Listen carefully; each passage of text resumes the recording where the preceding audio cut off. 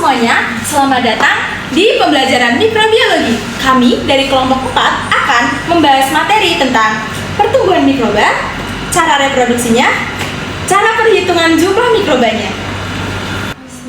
Sebelum kita masuk ke materi, perkenalan dulu dengan kelompok 4. Ada saya, Mirat Zakiah dengan akhir 133, ada Rahmayeni, ada Gani, Eunika, Elis, dan Marsha. Oke, kita masuk ke pertumbuhan mikroba.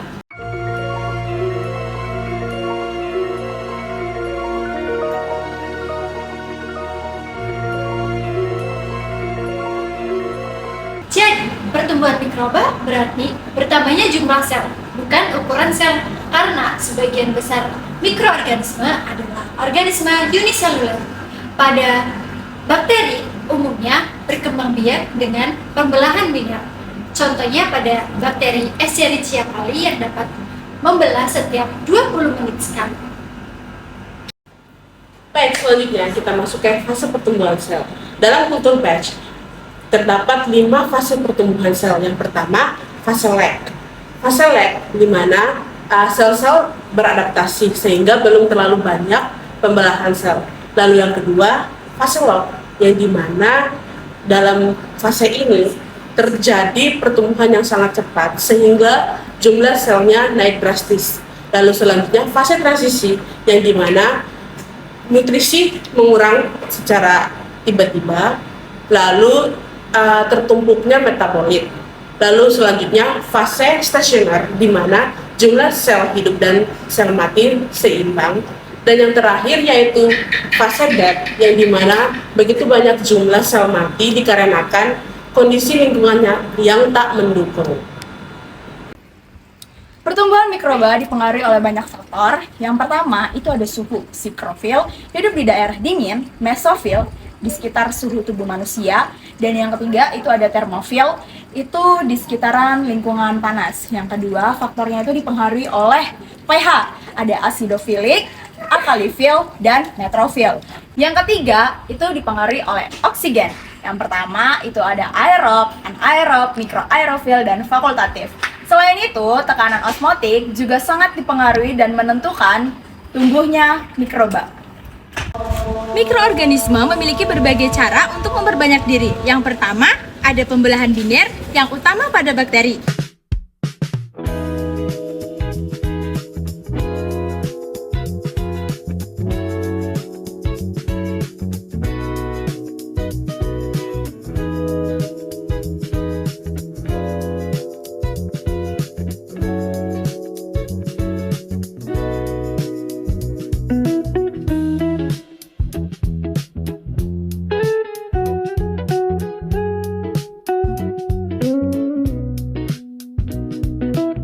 Yang kedua, ada pertunasan yang seperti pada ragi. Yang ketiga, ada fragmentasi yang umum pada Actinomycetes. Dan yang keempat, ada sporulasi, yaitu proses membentuk spora sebagai bentuk pertahanan ketika kondisinya buruk.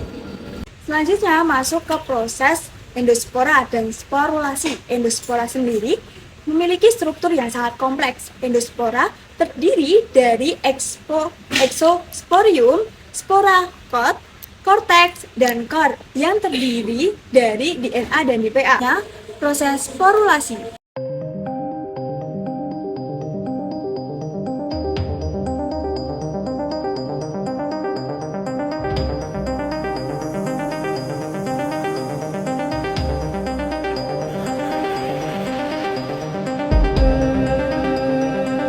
Proses sporulasi dimulai dari pembentukan spor, yang kemudian sel induknya akan mengalami engulment, yaitu pembungkusan pada spor, yang kemudian akan membentuk kompartemen yang baru. Selanjutnya akan terbentuknya proses pod, yaitu yang diikuti oleh dehidrasi, yang kemudian akan membentuk spora yang matang. Endospora ini bisa tahan pada situasi yang panas, radiasi, dan desinfektan. Endospora sendiri bisa hidup dalam ribuan tahun. Kondisi lingkungan yang baik pada suhu, kelembapan maupun nutrisi yang cukup akan membuat spora yang dorman bergeminasi, sehingga kembali aktif menjadi sel vegetatif yang aktif. Proses ini sangat penting karena bakteri patogen seperti Clostridioides difficile akan bertahan sebagai spora yang mana dapat menyebabkan infeksi. Oke, setelah kita memahami bagaimana cara tumbuh dan berkembang mikroba, kita masuk ke cara menghitung jumlahnya. Jadi, perhitungan mikroba dilakukan untuk mengetahui seberapa banyak mikroba yang tumbuh dalam suatu sampel. Ada dua cara utama, yaitu metode langsung dan metode tidak langsung, yang biasanya dipakai untuk mengecek kualitas, keamanan, dan aktivitas mikroba. Plant count menghitung jumlah koloni yang tumbuh pada media hanya dengan rentang 25-250 koloni yang dinyatakan valid. Hasil akhirnya dinyatakan sebagai CFU per mililiter dan hanya menghitung sel yang hidup. Selanjutnya ada direct microscope dan MPN. Nah, direct microscope count ini menggunakan hemositometer untuk menghitung jumlah sel secara langsung. Sedangkan MPN untuk menentukan jumlah mikroba berdasarkan data tabung dengan pertumbuhan positif. Nah, metode ini sangat cocok untuk sampel air atau mikroba yang tidak dapat tumbuh di media padat. Jadi, metode tidak langsung itu mencakup turbidimetri atau OD600, biomasa kering, flow cytometry, hingga qPCR. Jadi, metode ini itu lebih cepat dan biasa dilakukan secara real time, tetapi tetap membutuhkan kalibrasi dan peralatan yang lebih canggih.